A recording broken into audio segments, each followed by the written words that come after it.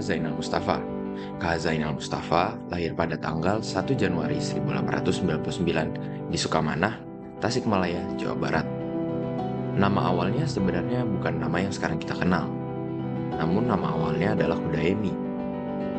Sebenarnya K.H. Zainal Mustafa ini tidak memiliki garis keturunan ataupun latar belakang dari kiai. Bahkan ia pun lahir dan besar menjadi sebuah masyarakat biasa dan tidak memiliki latar belakang kekayaan yang wow. Nah, pada tahun 1922, dia melakukan perjalanan ke Mekah untuk melakukan ibadah hajinya. Sekembalinya ke Indonesia, namanya yang semula Hudaemi berubah menjadi Zainal Mustafa. Nah, tidak puasannya di situ saja, pada tahun 1927 dia kembali lagi ke Mekah untuk melakukan ibadah haji, dan setelah ia kembali ke Indonesia, ia memperoleh gelar Kiai Haji. Ayah dari Kiai Haji Zainal Mustafa ini bernama Nawafi, sementara nama ibunya adalah Ratmah. Kedua orang tua dari K.H. Zainal Mustafa ini berprofesi sebagai petani dan memiliki latar belakang hidup yang sederhana. Dia bertumbuh menjadi seorang yang memiliki pemahaman agama yang cukup mendalami tentang agamanya. Karena kesederhanaannya, ia hanya dapat menempuh sekolah rakyat yang saat ini kita kenal dengan sekolah dasar. Setelah lulus dari sekolah rakyat itu, pendidikannya di sekolah formal tidak dilanjutkan kembali. Ia melanjutkan berbagai studinya ke sekolah-sekolah Islam dan sekolah-sekolah agamanya di berbagai daerah di Jawa Barat. Contohnya seperti pada saat itu ia belajar tentang agamanya di pesantren Gunung Pari. Setelah 3 tahun belajar dari situ, ia pindah ke pesantren Cilengah, lalu dilanjutkan ke pesantren Sukamiskin dan beberapa pesantren lainnya. Zainal Mustafa ini merupakan salah satu pahlawan Indonesia yang cukup berjasa di Indonesia ini. Peristiwa ini bermulai dari Zainal Mustafa yang memiliki pemahaman agama ingin memenuhi keinginannya dalam membangun pesantren di kampung halamannya. Namun, karena pada saat itu pemerintah Hindia Belanda masih menguasai Indonesia, banyak masalah sehingga ia menjadi susah untuk membangun pesantren pada tahun 1927 pada saat yang sama ketika ia kembali dari Mekah. Pada saat itu, ia berhasil mendirikan pondok pesantren dengan beberapa syarat yang telah diberikan oleh pemerintah Belanda. Nah, di daerahnya sendiri, ia memiliki peran yang sangat besar. Ia mempengaruhi dan memperkuat keislaman yang ada di Tasikmalaya. Karena perannya yang sangat besar pada saat itu di daerahnya dan namanya yang menjadi semakin terkenal pada daerah itu, ia pun mendapat jabatan sebagai Ketua Pengurus Cabang NU atau Nahdlatul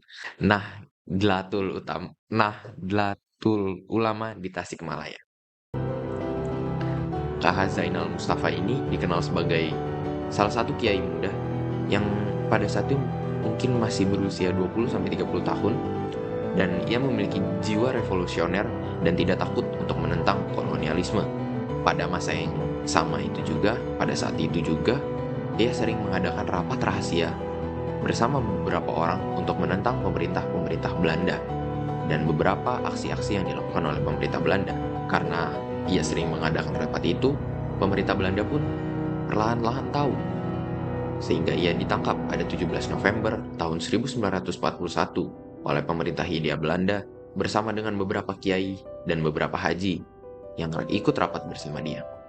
Setelah lama dari kejadian yang ia ditangkap, pemerintah Nippon atau pemerintah Jepang telah menginjakan kaki di Indonesia pada tanggal 11 Januari 1942. Tahanan-tahanan dari pemerintah Belanda pun saat itu diserahkan menjadi tahanan pemerintah Nippon. Pada saat yang sama, pemerintah Nippon membebaskan K.H. Zainal Mustafa dengan harapan K.H. Zainal Mustafa dapat dimanfaatkan dan dapat membantu Nippon untuk menguasai Indonesia.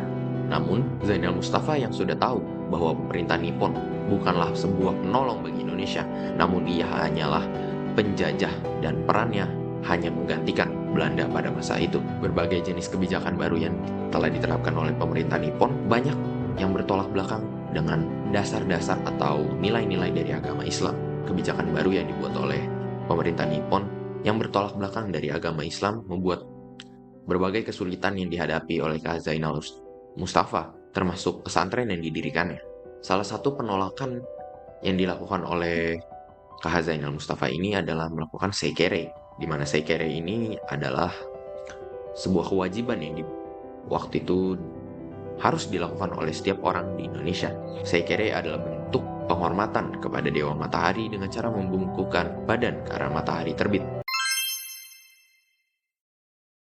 Zainal Mustafa ini beserta para santrinya tidak mau melakukan seikere ini karena mereka tahu ini merupakan sebuah penyimpangan jika mereka melakukan ini, sehingga mereka tidak ingin melakukan ini karena mereka memiliki paham tentang agama mereka.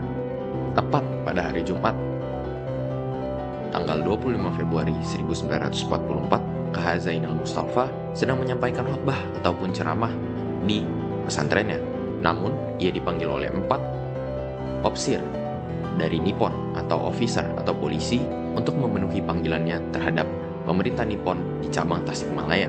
Para opsir Jepang yang sangat arogan memicu para santri sehingga terjadi kericuhan yang mengakibatkan 3 opsir meninggal di tempat, sementara 1 opsir berhasil melarikan diri dan meminta bantuan kepada pemerintah Nippon di dekat situ.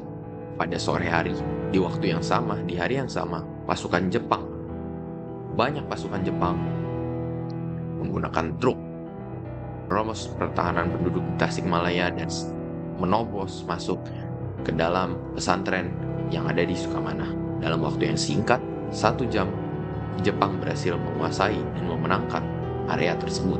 Sebanyak 86 santri pada saat itu dinyatakan gugur dalam pertempuran, sementara 4 dari mereka disiksa oleh para tentara Jepang dan 2 orang meninggal di penjara Tasikmalaya setelah disidang. Sehari dari perlawanan itu, beberapa orang yang ikut melakukan perlawanan ini di Singaparna, termasuk salah satu dalang ataupun salah satu yang memberikan ide untuk memberikan perlawanan ini, KH Zainal Mustafa, ditangkap dan dibawa Jepang untuk diadili di Jakarta.